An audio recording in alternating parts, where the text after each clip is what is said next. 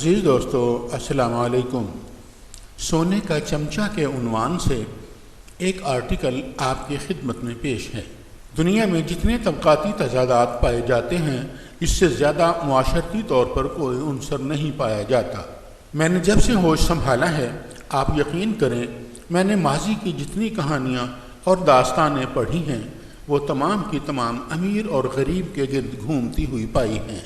ان تمام داستانوں میں امیر کے غریب پر مظالم نمایاں پائے گئے۔ امیر نے ہمیشہ اپنی دولت میں اضافہ کرنے کے بارے میں ہی پلاننگ کی اور اس پلاننگ میں امیر نے غریب کے استحصال کا عنصر لازماً استعمال کیا اور امیر آدمی اپنی دولت میں اضافہ کرنے کے لیے تمام جائز اور ناجائز ہتھ کنڈے بروئے کار لایا۔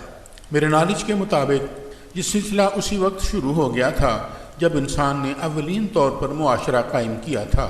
ماضی کے مزاروں میں یہ المیہ بقیہ تمام المیوں سے زیادہ نمایاں نظر آتا ہے اور تب سے اب تک اس معاشرتی المیہ میں اضافہ ہی ہوا ہے۔ غریب اب بہت سے معاشرتی تضادات میں پھنس چکا ہے۔ اس کے استحصال کے طریقے ماضی کی نسبت بدل چکے ہیں اور ان طریقوں میں بے تحاشا اضافہ بھی ہو چکا ہے۔ صورتحال اب یہ ہے کہ غریب آدمی اپنا استحصال کروانے پر مجبور ہے، یہ نہ چاہتے ہوئے بھی اپنا استحصال کرواتا چلا جا رہا ہے۔ بہرحال ہم اپنے اصل موضوع کی طرف آتے ہیں۔ وہ ایک ایسے شخص کی بیٹی ہے جس کے پاس دولت کے انبار لگے ہوئے ہیں۔ وہ شخص اپنی ابتدائی زندگی میں یا یوں کہہ لیں کہ 2004 عیسوی میں اتنا امیر شخص نہیں تھا، لیکن قسمت کی دیوی اس پر اتنی زیادہ مہربان ہوئی کہ وہ دیکھتے ہی دیکھتے دنیا کے امیر ترین اشخاص کی صف میں شامل ہو گیا۔ وہ اتنا امیر شخص بن چکا ہے کہ اس نے اپنے ہاں پیدا ہونے والی بیٹی کی پیدائش پر 45 ارب ڈالر غریب لوگوں کے نام کر دیے۔ ہم اگر اپنی زبان میں یہ کہیں تو اس نے خیرات کر دی یا صدقہ کر دیا۔ آپ سمجھ گئے ہوں گے کہ یہ شخص اس ترقی یافتہ دنیا میں فیس بک کا موجد ہے۔ جی ہاں، وہ مارک زکربرگ ہے۔ وہ انتہائی شرمیلا، سست اور نالائق تھا۔ اس کا سن پیدائش 1984 عیسوی ہے۔ وہ نیو یارک میں واقع ایک گاؤں میں پیدا ہوا تھا۔ اس کا والد ایک ڈینٹسٹ تھا۔ مارک زکربرگ اپنی 3 بہنوں کے بعد پیدا ہونے والا چوتھا بچہ تھا۔ یہ 2004 عیسوی کا سال تھا جب اس کی عمر محض 19 سال تھی اور ہارورڈ یونیورسٹی میں تعلیم حاصل کر رہا تھا اور ہاسٹل میں مقیم تھا۔ جس کمرے میں وہ چاروں لڑکے مقیم تھے وہ انتہائی ناقص معیار کا تھا۔ مارک زکربرگ کو کمپیوٹر سے بہت شغف تھا اور کمپیوٹر پروگرامنگ کا اسے پاگل پن کی حد تک شوق تھا۔ اس نے اسی ناقص المعیار کمرے میں بیٹھ کر ایک ویب سائٹ خود ہی تیار کی اور اس کے لیے ایک ڈومین بھی پرچیز کر لی۔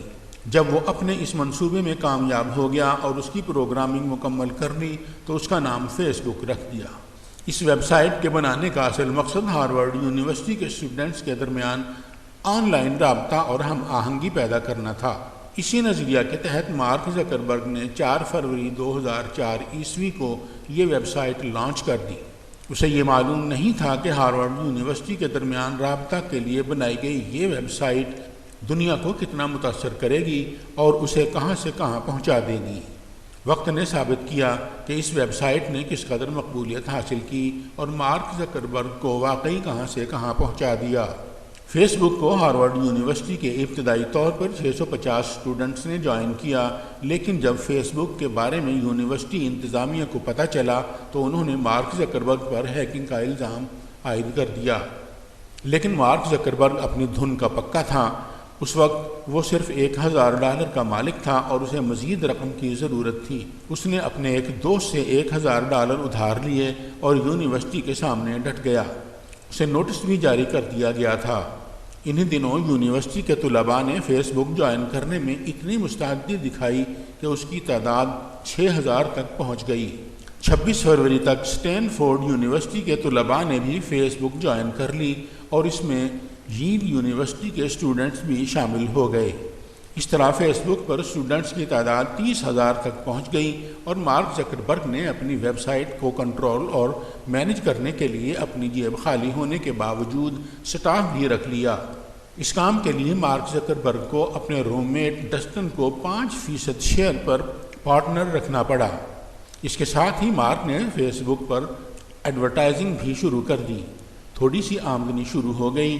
اسی دوران کسی نے فیس بک پر $10,000 کی سرمایہ کاری کر دی۔ اس سرمایہ کاری کے بعد فیس بک مزید 34 یونیورسٹیوں تک پھیل گئی اور اسٹوڈنٹس کی تعداد تقریباً 1 لاکھ ہو گئی۔ مارک ہارورڈ یونیورسٹی کے بند دروازوں کے پیچھے سے نکلا اور سلیکان ویلی کے دروازوں پر دستک دیتے ہی وہ مارک زکربرگ ہو گیا۔ اس نے پوری دنیا کو حیران کر دیا۔ صرف 4 ماہ میں فیس بک کی ویلیو $10 ملین کی آفر میں ڈھل چکی تھی۔ مارک نے اسے بیچنے سے انکار کر دیا۔ کچھ ہی دنوں میں فیس بک پر 2 لاکھ یوزرز کا جمگھٹا لگ چکا تھا اور اسی دوران پے پال کمپنی کے بانی مالک پیٹر تھیل کی $5 لاکھ کی سرمایہ کاری نے فیس بک کو 5 لاکھ یوزرز سے ہمکنار کر دیا۔ یہی وہ موڑ تھا جہاں سے مارک زکربرگ کو پیچھے دیکھنے کی فرصت ہی نہ ملی۔ اس وقت 145 سے زیادہ ممالک کے 2.25 ارب سے بھی زیادہ یوزرز فیس بک استعمال کر رہے ہیں۔ دنیا کے ہر شعبہ زندگی سے تعلق رکھنے والے ہر مزاج کے لوگ بلا امتیاز امیر و غریب فیس بک استعمال کر رہے ہیں۔ ان میں NGOز، چھوٹی بڑی آرگنائزیشنز اور کمپنیاں بھی کثیر تعداد میں شامل ہیں۔ مرد، عورتیں، بچے اور بوڑھے افراد کی کثیر تعداد اس ویب سائٹ کو ہمہ وقت استعمال کر رہی ہے۔ کائنات کا ہر قسم کا نالج فیس بک پر ہر وقت دستیاب ہوتا ہے۔ اگر یہ کہا جائے کہ فیس بک اس وقت سوشل میڈیا میں سب سے بڑی ویب سائٹ ہے تو اس میں ذرہ برابر مبالغہ نہیں ہے۔ دیکھنے میں خوبصورت، پسندیدہ اور استعمال میں انتہائی آسان ہے۔ جو ایک بار اس کے سحر میں کھو گیا اسے وقت گزرنے کا احساس ہی نہیں رہتا۔ فیس بک کے مالک مارک زکربرگ کی بات کریں تو وہ صرف 23 سال کی عمر میں ارب پتی بن گیا تھا۔ وہ 10,000 ملازمین کا باس ہے اور دنیا کے 100 بااثر ترین افراد میں اس کا شمار ہوتا ہے۔ یہ دنیا کے پہلے 10 امیر ترین افراد میں بھی شامل ہے۔ فیس بک کی آمدنی $12 ارب سالانہ سے زیادہ ہے۔ دنیا کی بہت سی کمپنیوں کا کاروبار بھی براہ راست فیس بک سے جڑا ہوا ہے۔ مارک فیس بک کا چیئرمین ہے اور 28.2% شیئرز کا مالک ہے، جن کی مالیت $45 ارب ہے۔ مارک زکربرگ نے 2012 عیسوی میں ڈاکٹر پریسلا چین کے ساتھ شادی کر لی تھی۔ جب اس کے ہاں بچی کی پیدائش ہوئی تو اس نے اپنی بیٹی کی محبت میں اپنی 99% دولت یعنی $45 ارب غریبوں کے لیے خیرات کر دیے تھے، جن سے دنیا بھر کے غریبوں کے مسائل حل کرنے کی کوشش کی جائے گی، جس میں غریبوں کے لیے ہسپتال اور اسکول وغیرہ قائم کرنا بھی شامل ہے۔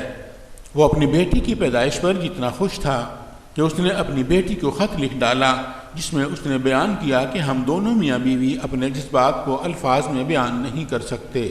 مارک نے خط میں بیان کیا کہ آپ کے آنے سے ہمیں دنیا کی اہمیت کا اندازہ ہوا کہ اس دنیا میں ہماری بیٹی نے زندگی گزارنی ہے۔ ہم اس وجہ سے دنیا کو پہلے سے بہتر جگہ بنانا چاہتے ہیں۔ مارک زکربرگ کی بیٹی ان بچوں میں سے ہے جو منہ میں سونے کا چمچ لے کر پیدا ہوتے ہیں، بلکہ یہ کہنا بھی بے جا نہ ہوگا کہ یہ بیٹی نہ صرف اپنے لیے بلکہ دنیا کے دوسرے بچوں کے لیے بھی مبارک بیٹی ثابت ہوئی ہے۔ مارک زکربرگ کی بیٹی کی وجہ سے $45 ارب دنیا کے دوسرے بچوں کے لیے کسی نہ کسی طرح مسائل کے حل کا سبب بن سکتے ہیں۔ عزیز دوستو، سونے کا چمچ منہ میں لے کر پیدا ہونے والی بچی کے تذکرہ پر مشتمل یہ آرٹیکل یہاں ختم ہوا۔ انشاءاللہ جلد ہی ایک نئے آرٹیکل کے ساتھ آپ کی خدمت میں حاضر ہوں گے۔ تب تک کے لیے اجازت دیجیے، اپنا خیال رکھیے گا۔ اللہ حافظ۔